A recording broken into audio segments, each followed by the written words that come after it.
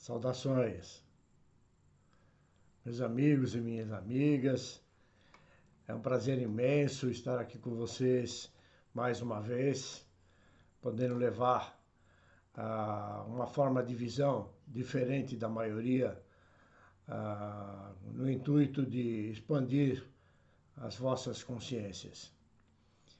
Hoje vamos falar de um assunto, pode ser até polêmico, mas não é. São sobre os sofistas e os estoicos. Quem são os sofistas? São os mentirosos, uma gama imensa de mentirosos. E os estoicos são aqueles que procuram andar o mais correto possível, ok? Já lembrando a vocês, clique aí no positivo, também no sininho preto para receber correspondência de quando posto um vídeo novo, né? Inscreva-se, você que está chegando agora, um grande abraço, é um prazer ter você aqui. Inscreva-se no canal, ajude o canal a crescer para divulgar mais essas coisas que eu procuro passar para vocês saírem da mesmice, né? E acima de tudo, compartilhem, para que outros também tenham esses estudos, ok? Então vamos lá. Vocês sabem que eu não sou de ficar enchendo linguiça, como eu costumo dizer, né? Vamos lá. Sofista é relativo a sofisma, ou aquele que utiliza a habilidade retórica no intuito de defender argumentos espiciosos ou logicamente inconsistentes. Na Grécia Antiga, por exemplo, o termo era utilizado no sentido de transmitir sabedoria. Isso foi lá atrás, né? Hoje o que está cheio de gente aí, né, que quer mostrar e não sabe nada. E como eu falo sempre, eu também não sei nada.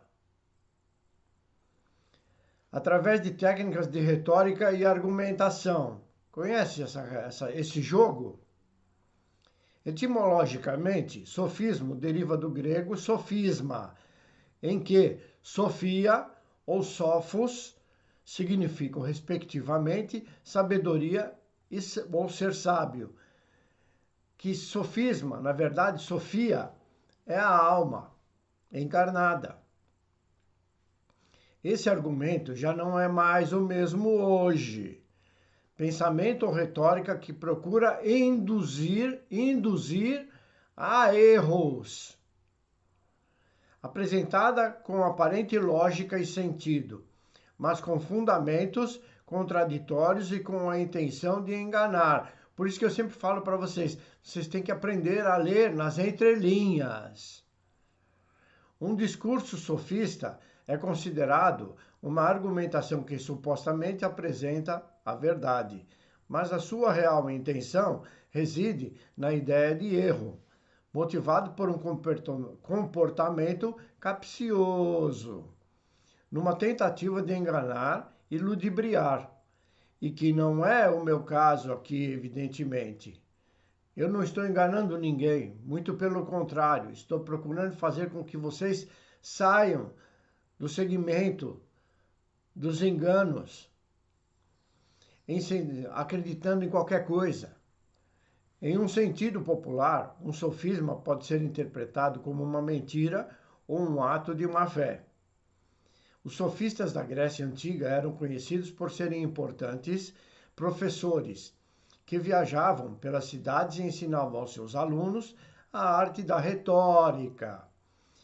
Retórica é você saber falar, que era muito importante para quem desejasse seguir na vida política. Os sofistas eram considerados mestres nas técnicas de discurso, fazendo com que o interlocutor acreditasse rapidamente naquilo que falava. Vejo isso toda hora hoje, sendo verdade ou não. O principal compromisso dos sofistas seria em fazer com que o público acreditasse naquilo que diziam. e que não com a busca pela verdade, ou em instigar este sentimento no interlocutor. Entenderam? Isso faz todo um jogo para que vocês não desconfiem. Sócrates foi um dos principais opositores ao pensamento sofista, que além disso também detestava as elevadas taxas que os professores sofistas cobravam de seus alunos. Isso a gente vê o dia inteiro na internet. Não diferenciando do que fazem hoje. Os que dizem ensinar de diversas maneiras, né? É ensinar financiamento, é ensinar línguas, é ensinar não sei mais das quantas. E todo mundo só quer isso aqui, ó. Não interessa se estão falando a verdade ou se estão falando a mentira. Se estão te ensinando baboseira ou não. Essa é a realidade. Só ver quem pode, né? Platão e Aristóteles também foram importantes filósofos que desafiaram o sofismo, que a partir de então passou a ter uma conotação pejorativa, como uma forma de desonestidade intelectual, bem comum hoje nos altos círculos. O silogismo é um pensamento filosófico apresentado por Aristóteles, que possui uma relação intrínseca com a definição de sofismo. Silogismo seria a ideia de juntar duas premissas com o objetivo de se chegar a uma única conclusão, baseada apenas na dedução. Por exemplo, todo ser humano é mortal, ok? Essa é a premissa 1. João é um ser humano, é a premissa 2. No final, logo, João é mortal. Por quê? Todo ser humano é mortal. João é um ser humano, então ele é mortal. Conclusão. Esse é o jogo, entendeu? E no final não é nada disso. João não é mortal. João é imortal. O que é mortal é o corpo que ele veste. Entenderam? Mesmo sendo um pensamento lógico, o silogismo pode apresentar conclusões equivocadas, caracterizando-se como um silogismo sofístico. Dentro desse contexto está também o estoicismo. A escola estoica foi criada por Zenão de Cício, na cidade de Atenas, cerca de 300 anos antes do dito Cristo. Porém, a doutrina ficou efetivamente conhecida ao chegar em Roma. O seu tema central, apesar que chegou em Roma, isso não quer dizer que eles são estoicos, vocês vão entender. O seu tema central defendia que todo o universo seria governado por uma lei natural, divina e racional. Até aí eu concordo. Sendo assim, para o ser humano alcançar a verdadeira felicidade, deveria depender apenas das suas virtudes, ou seja, os seus conhecimentos e valores, abdicando totalmente do vício, que é considerado pelos estoicos um mal absoluto.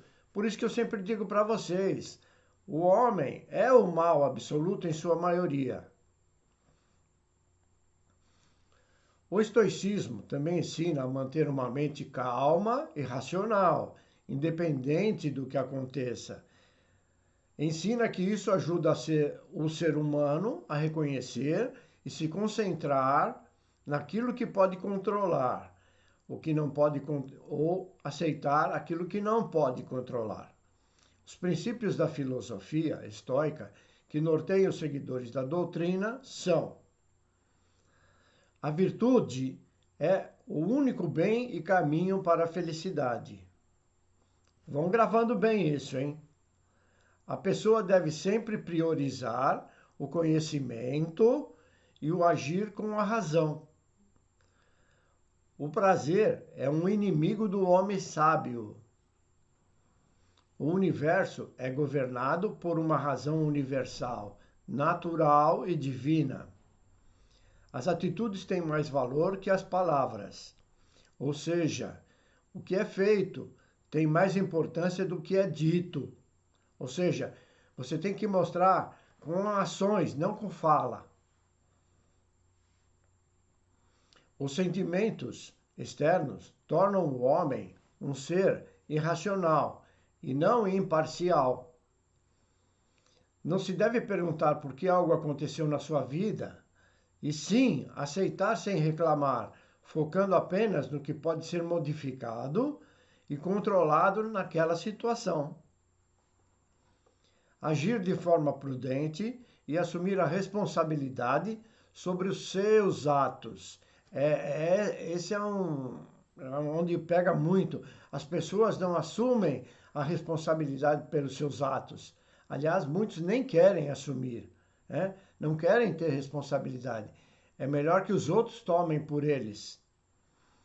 Tudo ao nosso redor acontece de acordo com uma lei de causa e efeito, que eu sempre falo. A vida e as circunstâncias não são idealizadas. O indivíduo precisa conviver e aceitar a sua vida da forma como ela é.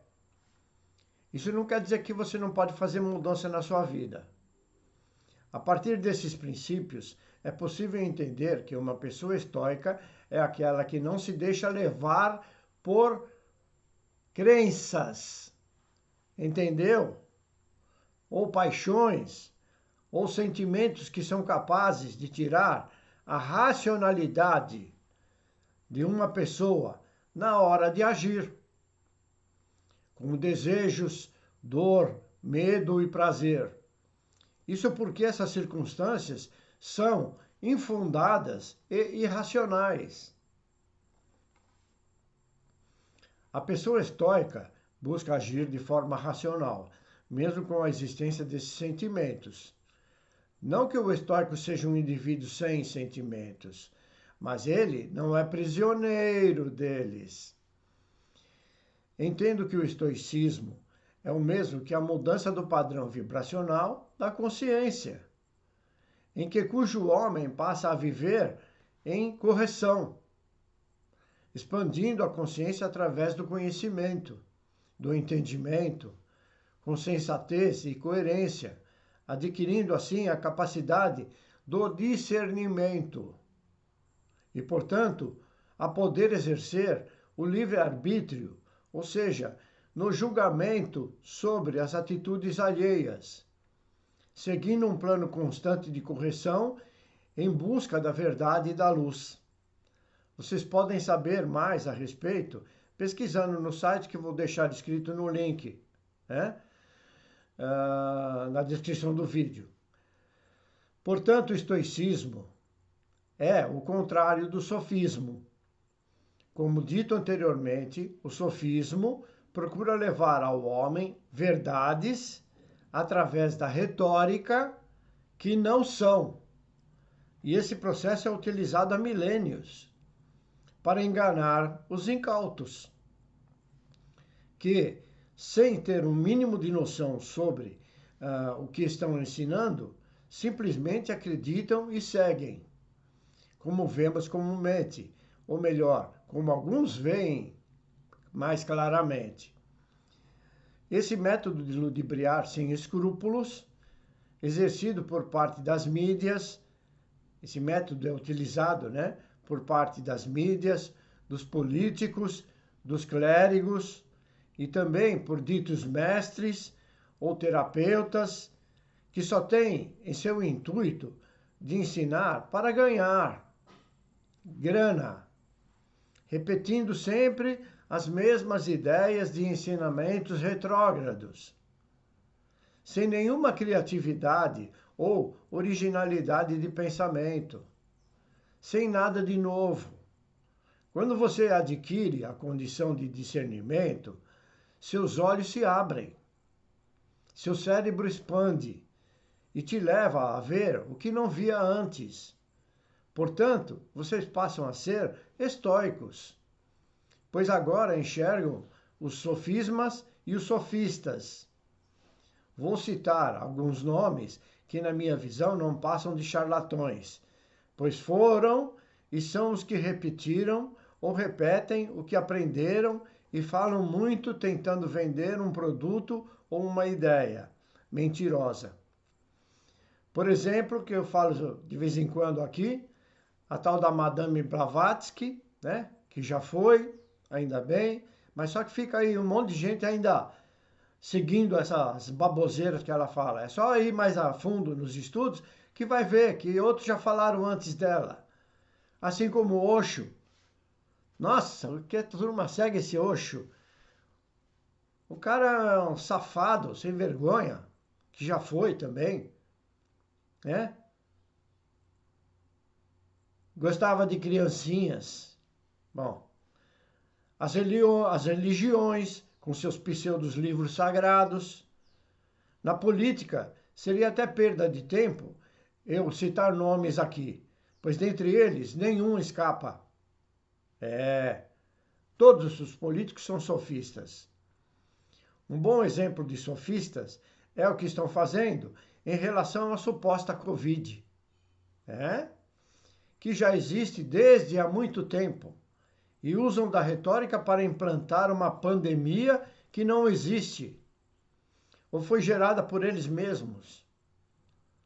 Outro sofisma é o Banco Central, por exemplo, que eu já falei em outros vídeos, proibir a cobrança de altos juros pelos bancos sobre empréstimos, e os bancos agem como se essa lei não existisse. Da mesma forma, o Banco Central faz de conta que está tudo bem, ou que os bancos estão respeitando o que eles determinam. Aliás, dentro da lei brasileira, está cheio de artigos sofistas.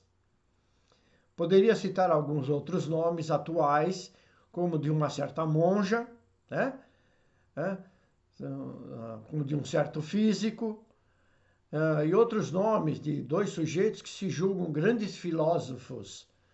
E o que eles falam em seus discursos são ideias repetitivas, ensinamentos do que aprenderam, sem nenhum pensamento novo.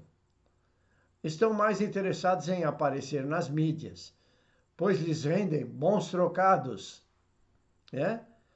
Não posso citar nomes para não ser processado. Isso, aliás, eles sabem fazer muito bem. E creio que com discernimento vão saber sobre quais pessoas estou falando. Outros sofistas são os apresentadores de programas de entretenimento, sem falar nas reportagens, que com suas falas ludibriam até papa e presidentes. O sofismo, até onde consigo enxergar, é o jogo social das mentiras como sendo verdades. Podemos acrescentar que sofistas são o mesmo que distópicos, que eu falei para vocês no vídeo. E o estoicismo, o mesmo que a pseudo-utopia, como lá é a pseudo-utopia. Porque eles dizem que a utopia é uma coisa que não pode ser realizada. Claro que pode, é conversa mole deles, conversa de sofista mesmo. Bom, hoje a aula é curta, mas creio que o suficiente para elucidar mais um tema, para vocês colocarem dentro das vossas memórias, dentro desse cérebro, dentro da massa cinzenta, né? Para crescer, expandir, ok? Bom, meus irmãos, chegamos ao final dessa aula, mais uma vez.